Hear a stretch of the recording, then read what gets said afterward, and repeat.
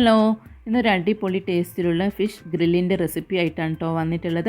അപ്പോൾ ഇതിൻ്റെ മാരിനേഷന് വേണ്ടിയിട്ട് ഒരു അറേബ്യൻ സ്റ്റൈലിലുള്ള മസാലയാണ് ഉണ്ടാക്കുന്നത്. നല്ല ടേസ്റ്റി ആയിട്ടുള്ള ഒരു ഗ്രില്ലിൻ്റെ റെസിപ്പിയാണിത്. അപ്പോൾ വലിയ മീനൊക്കെ കിട്ടുന്ന സമയത്ത് ഈ രീതിയിലൊന്ന് ട്രൈ ചെയ്ത് നോക്കുക. അപ്പോൾ ഇതിനായിട്ട് ഞാനിപ്പോൾ ഇവിടെ എടുത്തിരിക്കുന്നത് സീബ്രീം എന്ന് പറയുന്നൊരു മീനാണ്. നല്ല ടേസ്റ്റാണ് ഇത് ഗ്രിൽ ചെയ്തെടുത്താൽ.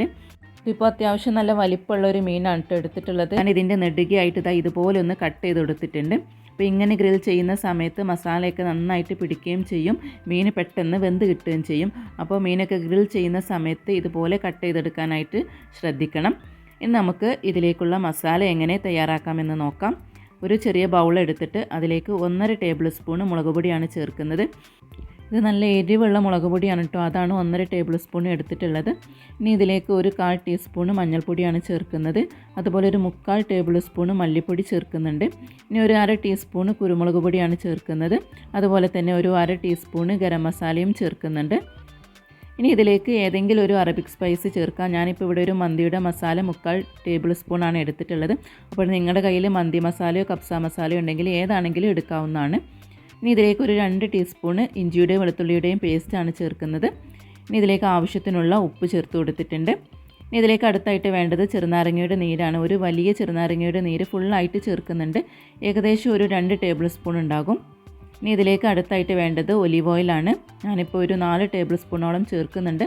കാരണം ഇത് അത്യാവശ്യം വലിയ മീനായതുകൊണ്ട് തന്നെ മീനിൻ്റെ എല്ലാ ഭാഗത്തും മസാല പിടിക്കാൻ വേണ്ടിയിട്ട് ഒരു 4 ടേബിൾ സ്പൂൺ എടുത്തിട്ടുണ്ട്. ഈ മസാലയെല്ലാം നന്നായിട്ടൊന്ന് മിക്സ് ചെയ്തെടുക്കുന്നുണ്ട്. അപ്പോൾ അത് ആ മസാലയൊക്കെ നന്നായിട്ട് മിക്സ് ചെയ്തെടുത്തിട്ടുണ്ടെങ്കിൽ നമുക്കിത് മീനിലേക്ക് തേച്ച് കൊടുക്കാം. മീനിൻ്റെ എല്ലാ ഭാഗത്തും ഒരുപോലെ ആകുന്ന രീതിയിൽ വേണം തേച്ച് കൊടുക്കാൻ. കുറച്ച് കട്ടിയായിട്ട് തന്നെ തേച്ച് കൊടുക്കുക, എന്നാലേ മസാലയൊക്കെ നന്നായിട്ട് മീനിൽ പിടിച്ച് കിട്ടുള്ളൂ. കാരണം നമ്മളിതിൽ വരഞ്ഞു കൊടുത്തിട്ടൊന്നുമില്ല, വരഞ്ഞു കൊടുക്കേണ്ട ആവശ്യമില്ല, അല്ലാതെ തന്നെ നന്നായിട്ട് തന്നെ ഇത് പിടിച്ച് കിട്ടും.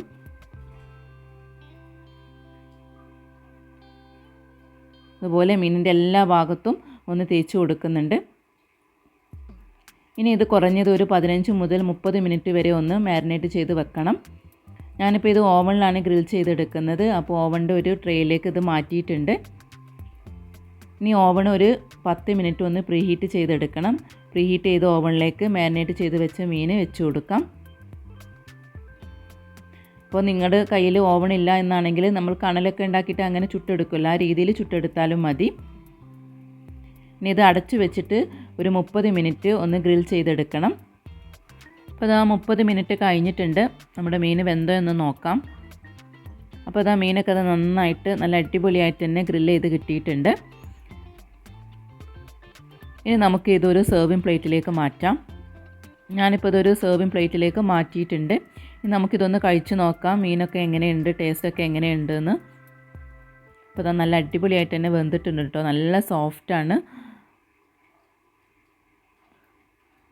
നല്ല ടേസ്റ്റിയാണ് കേട്ടോ കഴിക്കാനായിട്ട്. അപ്പോൾ എല്ലാവരും ഈ രീതിയിലൊന്ന് ട്രൈ ചെയ്ത് നോക്കി നിങ്ങളുടെ ഫീഡ്ബാക്ക്സ് അറിയിക്കണം. വീണ്ടും മറ്റൊരു റെസിപ്പിയുമായിട്ട് കാണാം. താങ്ക്